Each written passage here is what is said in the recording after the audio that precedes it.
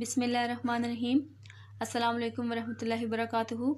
Hope that you all will be in the best state of health and iman. Today we are going to start our first lecture for computer grade 4th. So students, open your book with me. Today we are going to start our first unit and the title is computer memory. Firstly, we will have a look on its objectives. After reading this unit, the students will be able to define about memory, main memory, ROM and RAM. Firstly, we will define memory, and the definition is a component of the computer which is used to store data and instructions is called memory. Memory consists of chips. जैसा कि human brain की तरह computer का भी एक brain होता है जिसे CPU कहते हैं, वहाँ पे भी हमारे पास एक डिवाइस होती है, एक जिसे मेमोरी कहा जाता है। और मेमोरी वो जो है वो कंसिस्ट होती है डिफरेंट चिप्स, मुख्तलिफ चिप्स मिलकर एक मेमोरी बनाते हैं जिससे हम कोई भी डेटा या इंस्ट्रक्शन जो है हम उसे स्टोर करते हैं। Now we will define main memory. The personal computer contains a main memory. A program is first loaded in the computer memory before it is executed. The instructions of the loaded programs are executed one by the CPU. The data and results of calculations are also stored in the main memory. The main memory is also known as working area of computer. A computer cannot work without having main memory. यहाँ पर computer की man memory की एक image आपको बताई गई है। ये कंप्यूटर की मैन मेमोरी है। इसके बगैर कंप्यूटर अपना कोई भी फंक्शन परफॉर्म नहीं कर सकता। इसे कंप्यूटर का वर्किंग एरिया भी कहा जाता है। और जितने भी हम कैलकुलेशंस वगैरह या जितने भी हम डेटा एनालिसिस कर रहे होते हैं या हम कोई भी इंफॉर्मेशन स्टोर कर रहे होते हैं, वह सबसे पहले यहाँ पर हमारे पास मैन मेमोरी में स्टोर होता है। Now we will study the types of the memory. There are two basic types of memory. Number 1 is ROM and number 2 is RAM. Computer की मेमोरी की दो टाइप्स होती हैं, एक होती है रोम और एक होती है रैम. सबसे पहले हम रोम को डिफाइन करेंगे. What is ROM? ROM stands for read only memory. It is type of internal memory. ROM stores data and instructions permanently. The data and instructions in ROM are stored by the manufacturer at the time of its manufacturing. This data and programs cannot be changed or deleted afterwards. ROM is not non-volatile memory.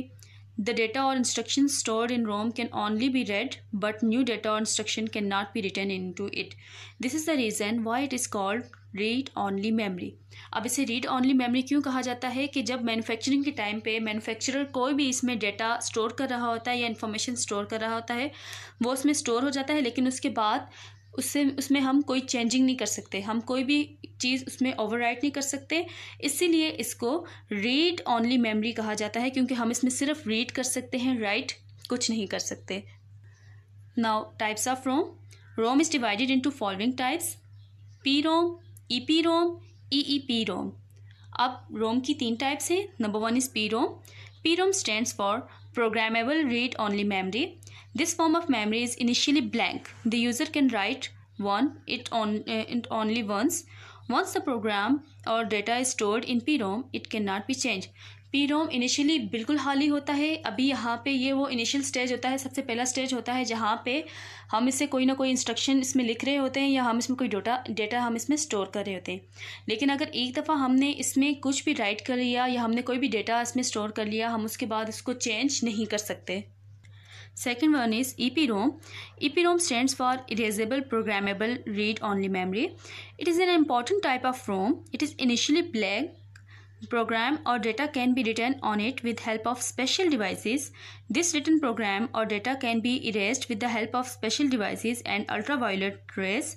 So data or program once written can be changed in EPROM.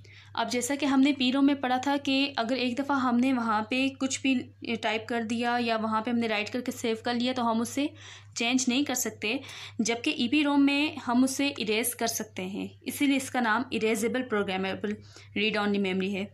यहाँ पे जब हमने कोई इसमें document right कर लिया, उसके बाद हम उसे किसी भी स्पेशल डिवाइस की हेल्प से हम उसमें चेंजिंग कर सकते हैं. हम उसे इरेज करके उसमें कोई भी मॉडिफिकेशन हम उसमें कर सकते हैं. Third one is EEPROM. EEPROM stands for Electrically Erasable Programmable Read-Only Memory. Data instructions can be erased easily with the help of electric devices. No special device and ultraviolet rays are required for removing of data. So data stored on EEPROM can easily be modified. अब EEPROM can easily be modified.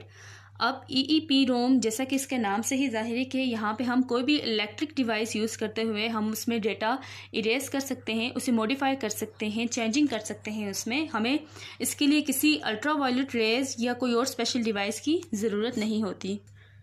Now the topic is RAM. RAM stands for Random Access Memory. It is called Random Access Memory because data from RAM can be accessed directly. RAM is also known as Primary Storage. अब इसे random access memory क्यों कहा जाता है? क्योंकि इसमें हम directly अपने किसी भी डेटा को एक्सेस कर सकते हैं और इसे प्राइमरी स्टोरेज भी कहा जाता है। RAM is volatile memory. It means that data and programs stored in RAM are lost when the power is turned off. So RAM is used to store data and instructions temporarily. हमने रोम पढ़ा था, वहाँ पे हमारा data permanent save हो जाता है, लेकिन जबकि रैम में ऐसा नहीं होता।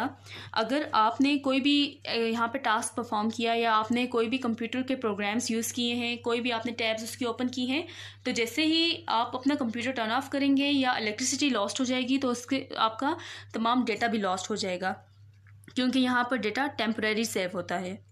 Now we will discuss types of RAM. There are two types of RAM. Number one is DRAM and number two is SRAM. What is DRAM? DRAM stands for Dynamic Random Access Memory. It is the most common type of RAM. It stores binary data in form of electric charge. This charge decreases with time. Due to decreases in charge, data may be lost. In order to maintain the data, DRAM is recharged or refreshed frequently.